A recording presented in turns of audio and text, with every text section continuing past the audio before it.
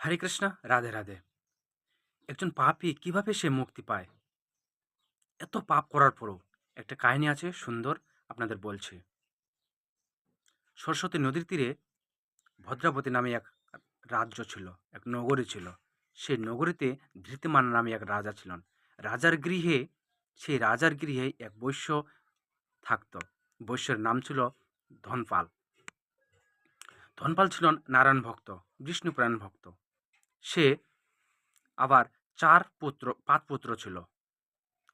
সবচেয়ে কনিষ্ঠ পুত্র নাম ছিল ধৃষ্টবুদ্ধি।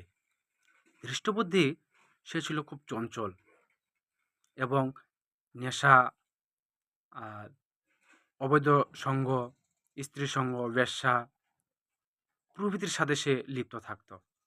এই ধৃষ্টবুদ্ধি একদিন বেশ্যার সাথে মিশতে দেখায় তার বাবা খুব রাগান্বিত হয়ে গেল। তখন তাকে গৃহ থেকে তাড়িয়ে দিল। ধনপাল না ধৃষ্টবুদ্ধি অবশেষে বনে বনে জঙ্গলে ঘুরে বেড়াতো। তার যা যা শরীরে যা অলংকার ছিল তা দিয়ে সে খেত। পরিশেষে আস্তে আস্তে তার অলংকার সব অর্থ শেষ হয়ে যায়। পরিশেষে বেশ্যারাও তার সঙ্গ আর করতো না। নিরুপায় আত্মীয় স্বজন কেউ তার কাছে আর রইল না। অবশেষে ঘুরতে ঘুরতে তার পূর্বজন্মের সৌভাগ্যের ফলে যে এক সান্ডিল্য কণ্ডিন্য ঋষির আশ্রমে উপস্থিত হলেন। সেই কণ্ডিন্য ঋষি বৈশাখ মাসে গঙ্গা স্নান করে সে তার আশ্রমে ফিরছিলেন। ধৃষ্টবুদ্ধি তার সামনে উপস্থিত হলেন। তার এই ঋষির যে পরনের যে পানের ফোঁটা, কাপড়ের যে ফোঁটা তার গায়ে শরীরে পড়ল। তখন তার সুবুদ্ধি উদয় হলো ধৃষ্টবুদ্ধির।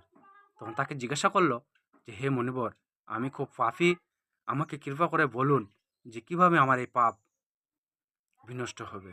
তখন ঋষি তাকে বলল, তুমি যতই পাপ করে থাকো না কেন, যদি এই এই বৈশাখ মাসের মোহিনী একাদশী পালন করো, শুক্লপক্ষের মোহিনী একাদশী পালন করো, তাহলে তোমার সম্পূর্ণ পাপ বিনষ্ট হয়ে যাবে।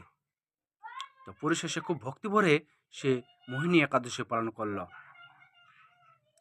পালন করার পর সে কিছুদিন পর দেহত্যাগ করল। দেহত্যাগ করার পর গরুরে চড়ে সে বৈকুণ্ঠ লোকে প্রাপ্ত হলেন। আহ, কি মহাভাগ্য!